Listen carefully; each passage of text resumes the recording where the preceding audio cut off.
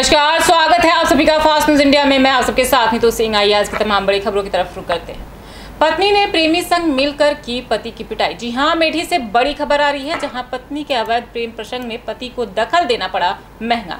जब पति ने पत्नी के अवैध प्रेम प्रसंग का विरोध किया तो ये बात पत्नी को नगावर गुजरी, जिसके बाद पत्नी ने प्रेमी संग मिलकर अपने पति की दर्दनाक पिटाई कर दी।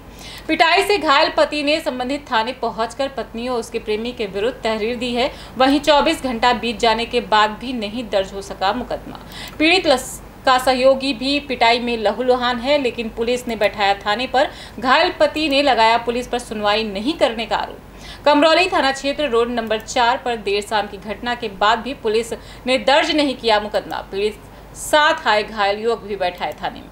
देखिए अमेठी से विश्वनाथ भदौरिया की रिपोर्ट। क्या नाम है भैया? कुलदीप सिंह। क्या मामला भैया आपका, किस लिए आप थाने आए हैं आज? हम इसलिए थाने आए, हमारे पत्नी का नाजायज संबंध था। दोनों लोग आपस में स्थित में पाए, मारपीट हुई, इसी के संबंध में आए थे। कहाँ रहती हैं आपकी पत्नी? 4 नंबर का। तो किसने आपको मारा है? तो पत्नी और उसके बॉयफ्रेंड का। क्या नाम है बॉयफ्रेंड का उसके, और कहाँ रहता है? यादव पॉलिटेक्निक का फोर्थ ईयर का छात्र है, इलेक्ट्रीशियन का, और पत्नी के नाम खुशबू सिंह। तो यहाँ पे आप कब से रह रही हैं ये आपकी पत्नी? ये लॉकडाउन के पहले, यानी 1 साल प्राइवेट पब्लिक स्कूल में पढ़ा रही हैं। लॉकडाउन के पहले से अभी परसों आई थी, 3-4 दिन हो गया आने में। उसके बाद जब बोले मकान मालिक किराया देने, हम लोग किराया देने आए थे, रूम खाली करने के लिए सामान लेने जा रहे थे। दोनों लोग आपत्तिजनक स्थिति में जब पाए, उसके बाद से तुरंत एक्शन हुआ। तो क्या किस लिए विवाद हुआ जो है, क्या बताया? यही हुआ, दोनों लोग को आपत्तिजनक स्थिति में देखे थे। उसके बाद उसने हमको मारा, फिर उसके बाद मारपीट हुई। फिर दोनों लोग अंदर पाके हमको खेले, फिर हमको 2 डंडे से हमको सिर्फ मारपीट। पत्नी ने भी मारा है क्या? दोनों लोग साथ बराबर। ये कहाँ है लड़का? अभी आपने शिकायत की पुलिस से? पुलिस ने क्या? पुलिस स्टेशन में गए। तो पुलिस क्या कार्रवाई कर रही है अभी इस पुलिस मामले में? कार्रवाई कर रही है। अभी मेडिकल हो गया है मेरा, सब कुछ हो गया है। आगे देखो क्या प्रक्रिया करती है पुलिस की पोजीशन में। श्री विशाल पांडे, गांव बसंतपुर, थाना जामो, जिला अमेठी। आप कमरौली थाने आए हैं, क्या मामला है? हमारे गांव में मारपीट हुई है इनसे, कुलदीप सिंह से। इनकी बीवी ने अपने प्रेमी के साथ जुटकर इनको मारा। तो आपने शिकायत की है अभी पुलिस से? शिकायत की है, एप्लीकेशन दिया है, अभी FIR दर्ज नहीं हुई। तो अभी तक मुकदमा दर्ज नहीं हुआ? मारपीट तो ये कल शाम की घटना है। मारपीट कल शाम की घटना है, अभी FIR दर्ज नहीं हुई। समाजवादी कार्यकर्ताओं का उग्र प्रदर्शन जारी। जी हां, खबर है यूपी के प्रयागराज जिले के थाना कर्नलगंज अंतर्गत, जहां समाजवादी पार्टी सरकार के तमाम नीतियों का और निजीकरण का विरोध करते हुए समाजवादी पार्टी के कार्यकर्ताओं ने प्रयागराज के कलेक्टर पर जमकर विरोध प्रदर्शन किया। सुबह से ही कलेक्टर और कचहरी के आसपास पुलिस ने बैरिकेडिंग करके सभी रास्ते बंद कर दिए थे। फिर भी समाजवादी पार्टी के कार्यकर्ता जुलूस के रूप में कलेक्टर पर पहुंचे और अपना विरोध प्रदर्शन किया। सरकार की नीतियों के खिलाफ और निजीकरण के विरोध में समाजवादियों ने अपना ज्ञापन दिया और चेतावनी दी कि सरकार अपनी नीतियों को जबरदस्ती लोगों पर थोपने की कोशिश ना करे। प्रदर्शन के दौरान समाजवादी पार्टी के कई कार्यकर्ताओं को गिरफ्तार कर पुलिस ने पुलिस लाइन भेजा। देखिए प्रयागराज से कुमारी मनोज सिंह की रिपोर्ट।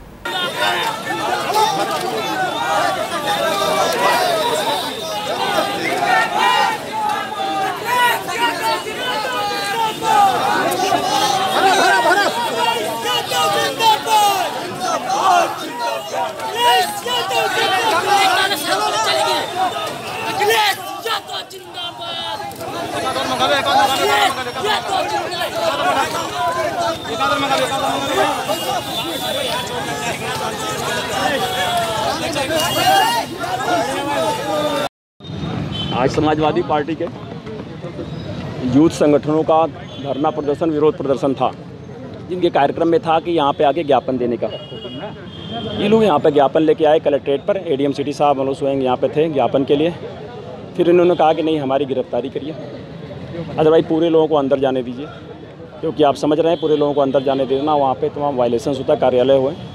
इनको यहाँ गेट पर कहा गया कि आप ज्ञापन दीजिए। फिर इन्होंने अपनी गिरफ्तारी की मांग की कि हमें गिरफ्तार करिए। इनको आप गिरफ्तार करके अभी पुलिस लाइन भेजा गया है, आगे अग्रिम कार्रवाई की जाएगी। कितने गिरफ्तार हुए सर? अभी संख्या देखें दिखाया, कई जगहों से गिरफ्तारी हुई है। लाठीचार्ज भी हुई है? नहीं, कोई लाठीचार्ज नहीं। Thank you sir.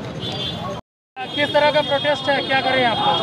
आज हमारे राष्ट्रीय अध्यक्ष माननीय अखिलेश यादव जी के निर्देश पे हम लोग जिला अधिकारी को ज्ञापन सौंपने आए थे।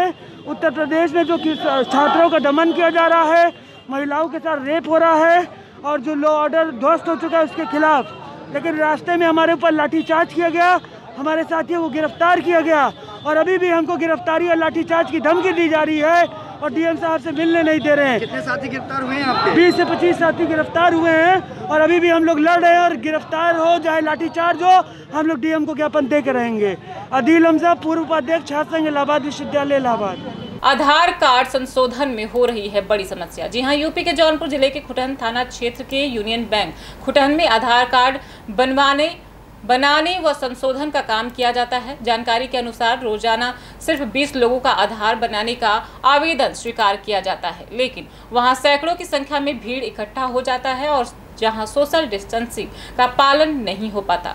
विनोद प्रजापति ने बताया कि जब से स्कॉलरशिप का आवेदन शुरू हुआ है तब से ये समस्या बढ़ी हुई है। सरकार के आदेशानुसार विद्यार्थियों का आधार व अंक पत्र में नाम मिलाना करना और यदि दोनों में नाम एक जैसा है, समानता नहीं है तो आवेदन मान्य नहीं होगा, जिसे ठीक कराने के लिए सभी परेशान हैं। लोगों को लंबी कतारें वहां पे लगी रही। देखिए जौनपुर से लक्ष्मण कुमार चौधरी की रिपोर्ट। सरकार का जो सिस्टम इस समय चल रहा है स्कॉलरशिप को लेकर के छात्र छात्राएं, इसके अलावा कई अभिभावक भी हैं जिनका आधार कार्ड करेक्शन या नए बनाने बाकी हैं, उसमें बनाने में जो समस्या आ रही है, क्या वजह है?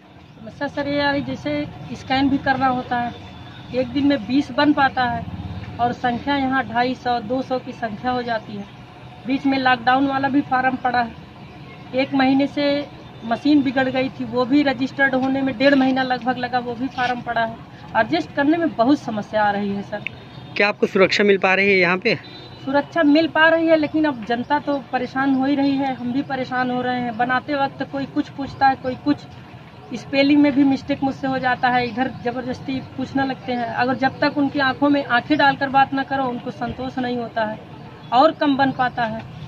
क्या वजह है कि आप सिर्फ 20 ही फार्म कर पाते हैं? क्योंकि एक लोग का कम से कम 15 से 20 मिनट लग जाता है इनरोलमेंट करने में, जबकि आप देख सकते हैं कि मेरे पास अभी भी पुराना फार्म डेट वाइज रखा, उनको खोलिए, उनसे फोन करके पूछिए कि कब आप फार्म जमा किए, कब आपका डेट था, बना कि नहीं, क्यों नहीं बना। कितने तक पुराना फार्म रखा होगा आपने? अरे वो लगभग समझ लीजिए 2019 का भी है फार्म मेरे पास। अभी तक कंफर्म नहीं हो पाया? नहीं, वो कई बार आए भी, कई कारण है कि लॉकडाउन भी बीच में था, मशीन भी बिगड़ गई, नहीं बनवा पाए बेचारे। वो भी बीच में आते हैं, टोकन दिए हैं, टोकन के नाते उनका भी निकाल के बनाना होता है। इतने भीड़ में आप जो है काम कर रहे हैं, क्या आपको इसका जो कोविड-19 का डर नहीं है? दुख सर ये है कि लोग जो है, जनता है ना, मास्क वाला प्रयोग कम से कम कर रही है, सोशल डिस्टेंसिंग नहीं कर रही है, थोड़ा सा दुख हो रहा है। ये तो स्थानीय प्रशासन की जो कमी है, ये तो उनको जरूर ध्यान देना चाहिए सर। प्रशासनिक पुलिस प्रशासन कमी है, जो मतलब लोग भीड़ लगा रहे हैं, जो भी है सर। क्या आप लोगों को ये नहीं बताते हैं कि क्या 20 ही फार्म है और लोग चले जाएं, उनका काम नहीं होगा? हम लोग लगा देते हैं, बताते हैं, गार्ड साहब को भी देते हैं, लिफ्ट से ही बनाते हैं 20 लोगों का। तो अतिरिक्त लोग यहाँ भीड़ लगा के रखते हैं और आपको परेशान बेवजह करते हैं? एकदम करते हैं सर। ये पोस्ट मैं विनोद कुमार प्रजापति। यूपी की गड्ढा मुक्त सड़कों का हाल जनता हुई बेहाल। जी हां, जालौन के कालपी नगर में इन दिनों सड़क का हाल बेहद खराब हो चुका है। जर्जर सड़क, गड्ढे इतने हो चुके हैं कि चलना मुश्किल हो गया है। राहगीर अपनी जान जोखिम में डालकर निकलते हैं सड़क पर। पूरा देश इन दिनों कोरोना जैसी महामारी से जूझ रहा है। वहीं जिला जालौन का बुंदेलखंड द्वार कहा जाने वाला कालपी नगर अपनी अन्य समस्याओं से काफी अरसे से जूझता आ रहा है। यहाँ लोग कोरोना से कम मरेंगे, लेकिन सड़क दुर्घटना से ज्यादा मरेंगे, गंभीर घायल होंगे या बीमारियों से शिकार होंगे। ये कालपी का दुर्भाग्य है कि यहाँ जनप्रतिनिधि भी जमीनी समस्याओं पर मौन रहते हैं। देखिए कालपी से इरफान अंसारी की रिपोर्ट।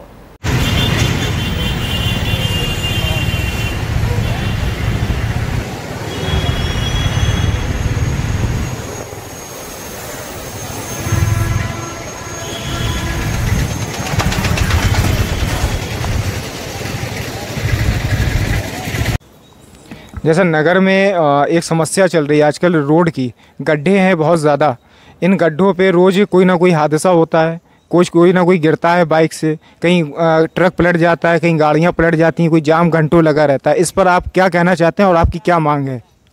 देखिए, मांग तो हमारी बहुत सारी हैं और हम शुरू से करते आए, हमारी टीम करती है शुरू से, लेकिन ना तो मांगें पूरी होती हैं। जब हम लोग कोई विरोध करते हैं, कोई बात कहते हैं, तो 1-2 दिन तो उन मांगों पर कार्रवाई हो जाती है, उसके बाद नहीं होती है। गड्ढों का ये हाल है कि देखिए, जब कभी कोई रोड बनाया जाता है, हम केवल देखिए ग्रामीण और क्षेत्र की बात नहीं कर सकते। हम अगर पाकिस्तान की हमारे सत्ताधारी बात करते हैं, कभी चीन की बात करते हैं, तो कभी अमेरिका की, जापान की भी बात करना चाहिए।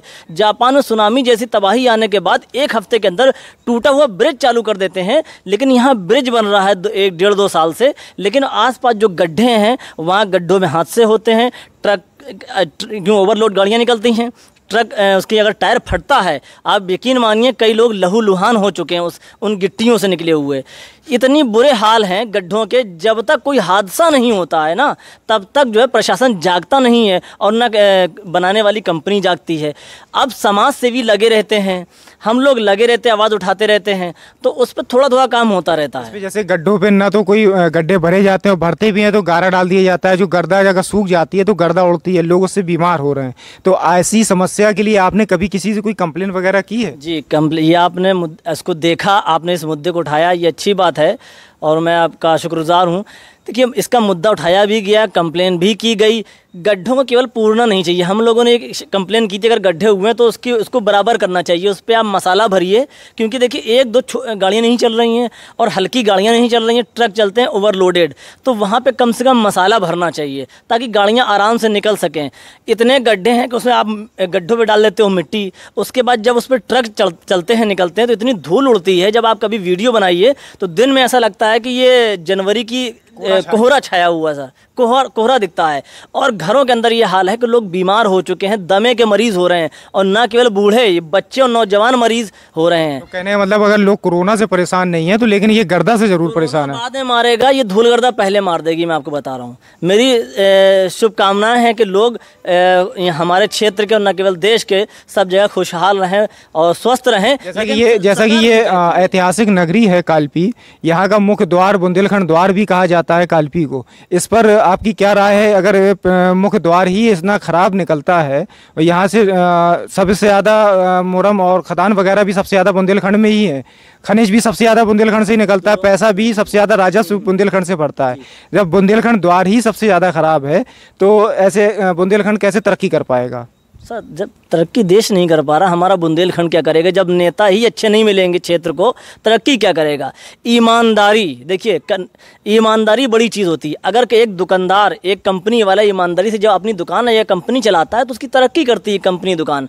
तो अगर हमारा नेता और हमारा प्रशासन ईमानदार होगा तो हमारा क्षेत्र, हमारा नगर तरक्की करेगा। ये बुंदेलखंड द्वार है कालपी और नगरी है, ये पर्यटन। उत्तर प्रदेश सरकार ने गड्ढा मुक्त करने की कहा था, लेकिन गड्ढा यूपी का ये कालपी नगरी का गड्ढा युक्त दिखता है, यहाँ पे मुक्त नहीं दिखता है। तो इस पर इसकी क्या वजह है?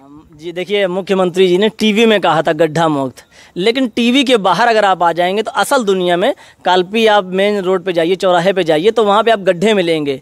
लोग गिरते भी हैं, एक्सीडेंट भी होता है, गाड़ियों को नुकसान होता है, घरों को नुकसान होता है। अभी एक ट्रक पलटा था तो एक आदमी, ये कहिए कि ईश्वर की कृपा रही कि कोई किसी की जान नहीं गई, लेकिन मरते मरते बचा, और आसपास जो घर थे वो डैमेज हो गए। ये निर्माणाधीन जो ब्रिज है, ये बनने से पहले, हाईवे बनने से पहले कम से कम 200 लोगों की जान जा चुकी थी।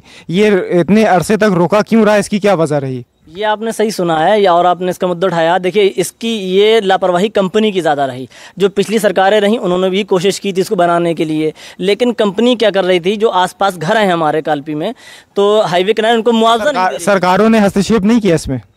सरकारों ने तो कहा ना, आप जाइए इनको मुआवजा दीजिए, लेकिन इतने काम होते हैं। अगर मान लीजिए सरकार ने कई लोग आए तो जब पिछली सरकार की मैं बात करूँ, अखिलेश सरकार, जैसा कि सूत्रों से पता चला है, ये कागजों में ये पूरा रोड कंप्लीट हो चुका और अवैध वसूली ये टोल प्लाजा में की जा रही है, गाड़ियों की उगाही की जा रही पैसों की। इस पर क्या राय है आपकी? देखिए, अवैध और वैध और भ्रष्टाचार तो पूरे देश में यहाँ पे भी है। यहाँ मैं ऐसा नहीं कह सकता कि यहाँ नहीं है, यहाँ पे भी है। टोल वसूला जा रहा, रोड अच्छी नहीं है। और ना केवल कालपी की, आप उरई से कालपी तक आ जाइए और कालपी से भोगनी चले जाइए, रोड अच्छी नहीं मिलेगी, लेकिन फिर भी टोल लिया जा रहा है। ये ज़बरदस्ती गुंडा वसूली है, ये गुंडा वसूली की जा रही है। टोल टैक्स ना कह के गुंडा टैक्स कह सकते हैं इसको, आप गुंडा वसूली कह सकते हो, गुंडा टैक्स कह सकते हो। टोल वसूली तो एक मैं कहूँगा उसको गलत शब्द दे दिया जाएगा अगर यहाँ की बात की जाए। कैश काउंटर बाबू मोहम्मद शफीक की तानाशाही शासन के निर्देशों को नहीं मानता। काउंटर बाबू मोहम्मद शफीक प्रतिदिन ड्यूटी से रहता है नदारत, प्राइवेट लोगों को अपनी आईडी थमाकर रहता है गायब। मामला 3311 केवी विद्युत उपकेंद्र मोहनगंज का बताया जा रहा है। देखिए अमेठी से विश्वनाथ भदौरिया की रिपोर्ट। अमेठी जनपद के हम मोहनगंज विद्युत उपकेंद्र पर मौजूद हैं, जहां पर उपभोक्ता बिजली बिल जमा करने आए लोगों की काफ़ी भीड़ है।